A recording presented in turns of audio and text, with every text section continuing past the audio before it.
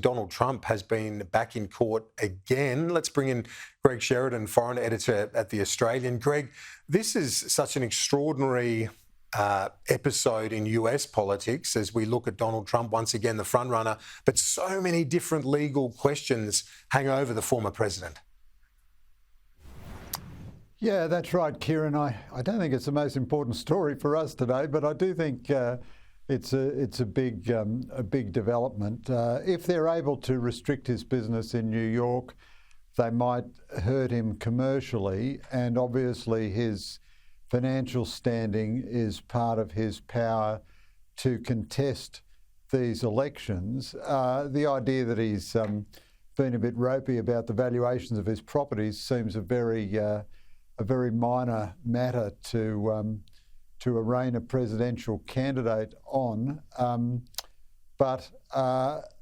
And so far, all of his legal troubles have seen him surge ahead in the polls. He's even doing very well head-to-head against Joe Biden now. So it's a bit hard to work out what the long-term significance of this really is. It looks like a pretty ropey case to me, honestly, but convictions, you can get them all for all kinds of things in America.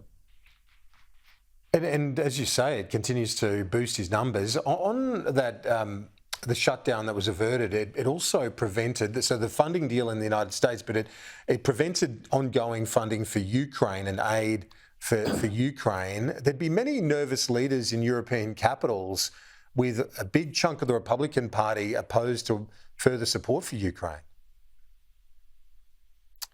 Yeah, that's right.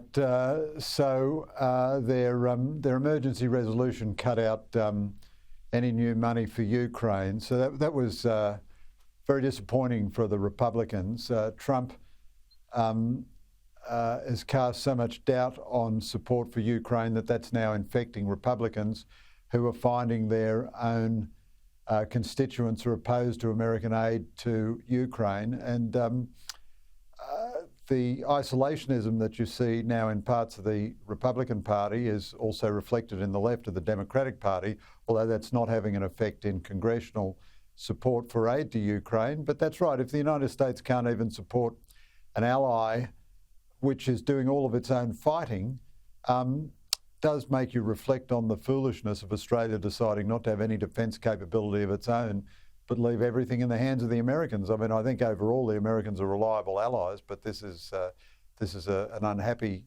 development on their part for sure. In recent times, the last couple of days, we had the Deputy Prime Minister announce those changes in terms of the Army positioning, a big shift from Adelaide to Townsville. What's your overall read of this shake-up of the Army deployment? So, Kieran, I think it's a bit pathetic, really. I described it in print as a nothing burger, and they even managed to get the ABC to call it a dramatic restructuring of the Australian Army. What it means is that over about 5 years, we're going to move a couple of hundred guys from Adelaide to Townsville and about 100 to Darwin. Now, if that's the most the Albanese government can do for the Australian Defence Force, I think that is absolutely pathetic. We're going to spend $1 billion on this. It's just taken us 10 years to move the Army to Adelaide so that you've got a chance of retaining them in the Army because their spouses can get jobs in Adelaide, which they can't in Darwin and Townsville, and nobody wants to live in Darwin. Now, we have an overwhelming urgent need to get strike power in the Australian Defence Force, and the government is not doing anything like that at all, and instead of which it's moving the chess pieces and then trying to sell the media on the idea that this is a dramatic restructure. It's going to have so-called long fires in Adelaide, but these Army long fires are the shortest range HIMARS weapons in existence, and they'll range 70 to 90 kilometres. So, I mean, you could probably shoot, if you base them in Adelaide, you could probably hurt an enemy that got to the Adelaide Hills, but you're not going to worry China very much with HIMARS weapons based in Adelaide.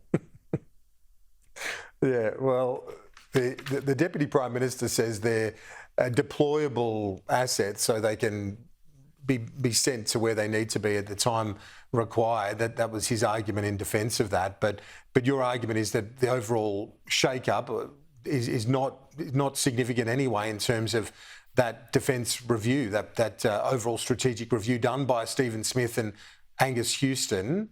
What more needs to be done? I know you've been arguing for a long time there needs to be more missiles. Yeah, they've decided to do nothing. They're not going to reform the surface fleet because they're not even going to respond to the review of the surface fleet until February or March next year. So that means 2 years of the Albanese government with not one single decision on the surface fleet. We only have 3 active warships, the air warfare destroyers. They appear as though they're not going to put Tomahawk missiles on the Collins sub, because that would cost a lot of money, and they're saving all their money to spend on the nuclear subs.